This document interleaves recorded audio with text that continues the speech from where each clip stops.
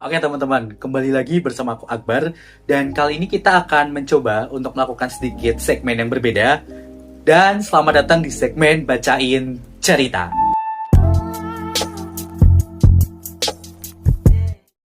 Oke, pada segmen Bacain Cerita kali ini kita akan membacakan suatu kisah atau mungkin suatu cerita yang dikarang oleh ya aku sendiri. Sebenarnya ini udah sekitar 6 bulan yang lalu semenjak tulisan ini aku tulis.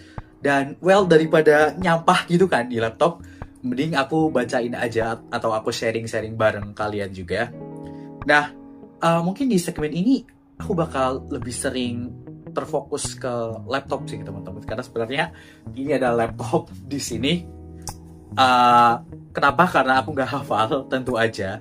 Jadi mungkin ya nanti aku sesekali deh mungkin lihat ke kamera gitu kan. Jadi well, enjoy the story teman-teman. Oke, cerita yang kali ini kita bacakan adalah suatu cerita yang bernuansa mungkin pilu, reflektif, ataupun istilahnya mencoba untuk mencari makna dari kata manusia yang sebenarnya. Oleh karena itu, aku beri judul Mencerna Kata Manusia.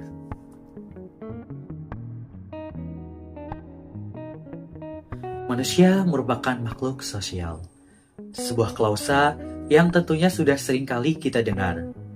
Baik dalam kehidupan sehari-hari, kegiatan belajar mengajar di kelas, maupun karya tulis ilmiah yang cukup kompleks dalam pembahasannya.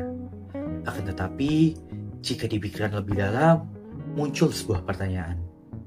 Apakah sebenarnya kita tahu makna dari klausa tersebut? Menurut Kamus Besar Bahasa Indonesia atau KBBI, manusia merupakan makhluk yang berakal budi.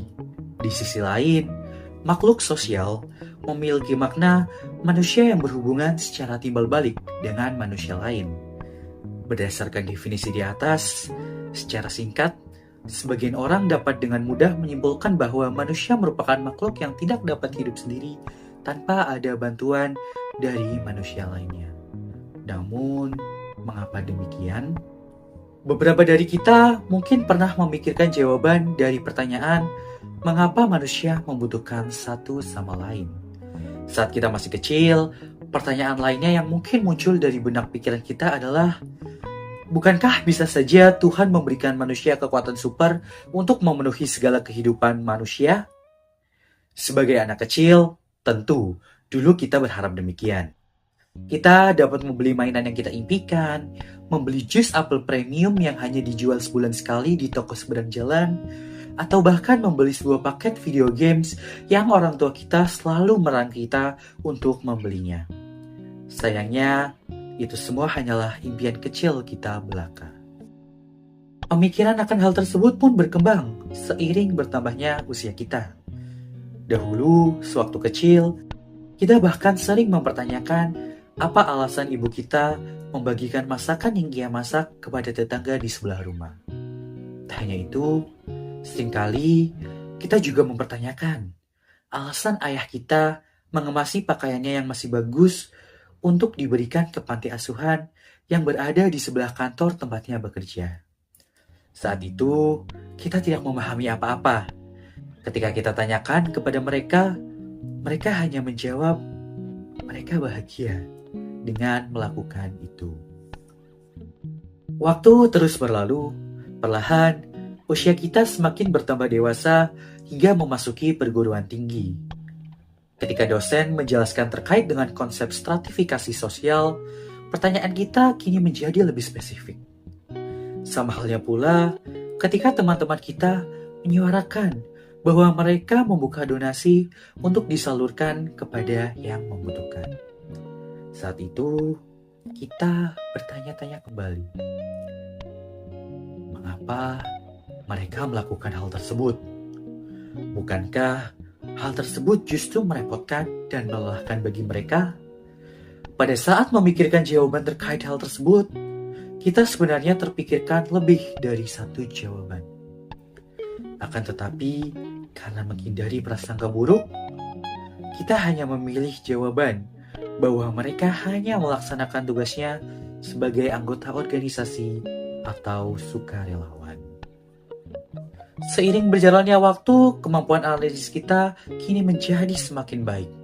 Kita menjadi dapat berpikir kritis untuk hal-hal yang lebih kompleks. Tidak hanya menyimpulkan sepihak, kini kita mencoba bertanya kepada rekan sebaya kita terkait esensi manusia sebagai makhluk sosial. Beribu jawaban dan pernyataan sudah mereka coba jelaskan. Ada yang bahagia karena telah berhasil membantu orang, ada yang senang karena dapat berinteraksi dengan banyak orang.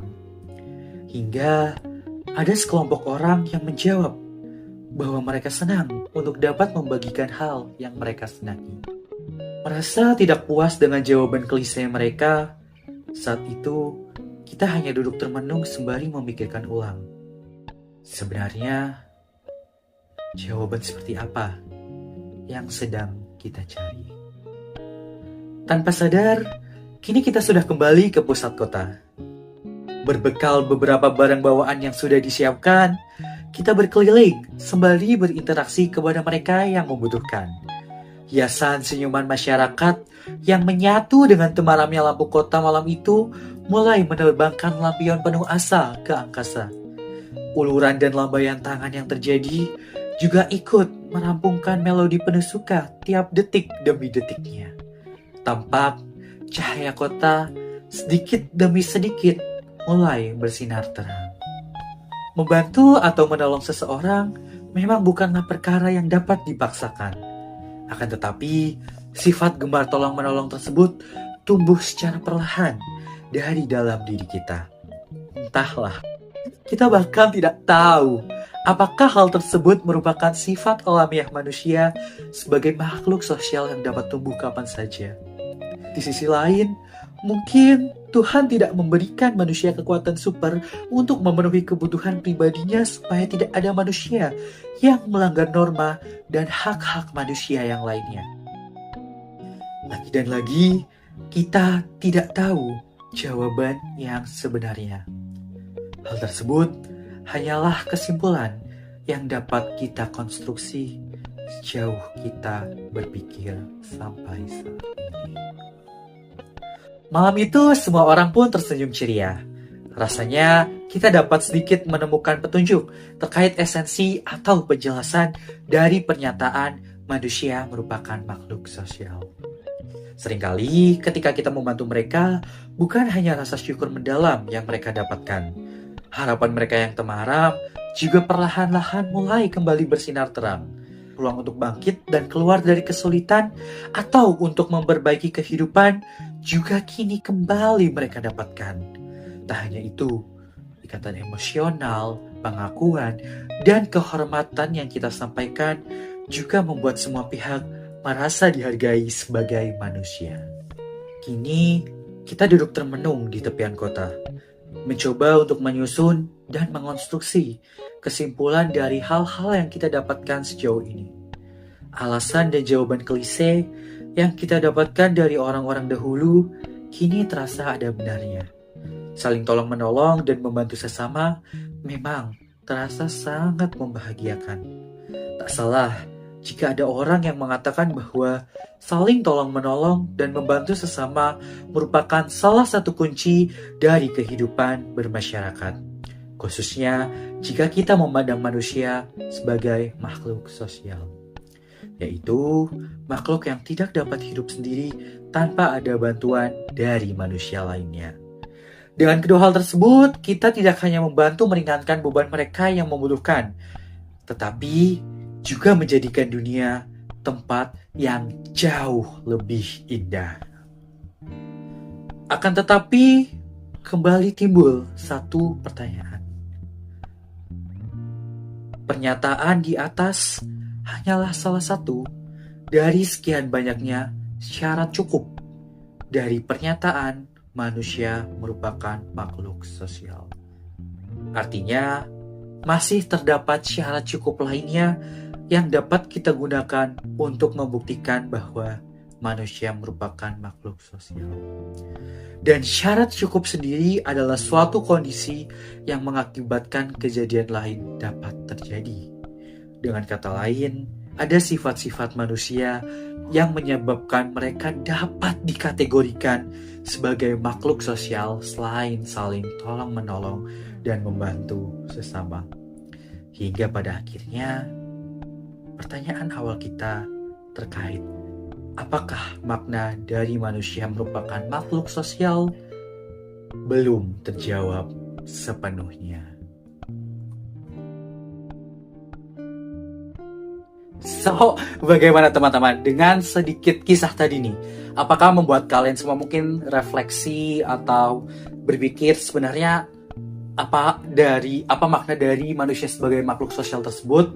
Atau mungkin teman-teman punya pemikiran lain yang sedikit unik yang bisa mencakup terkait semua makna dari manusia adalah makhluk sosial?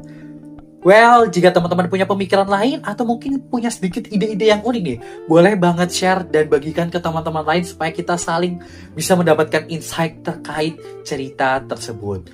Oke, mungkin itu aja untuk segmen Bacain Cerita hari ini. Sampai jumpa di segmen Bacain Cerita berikutnya.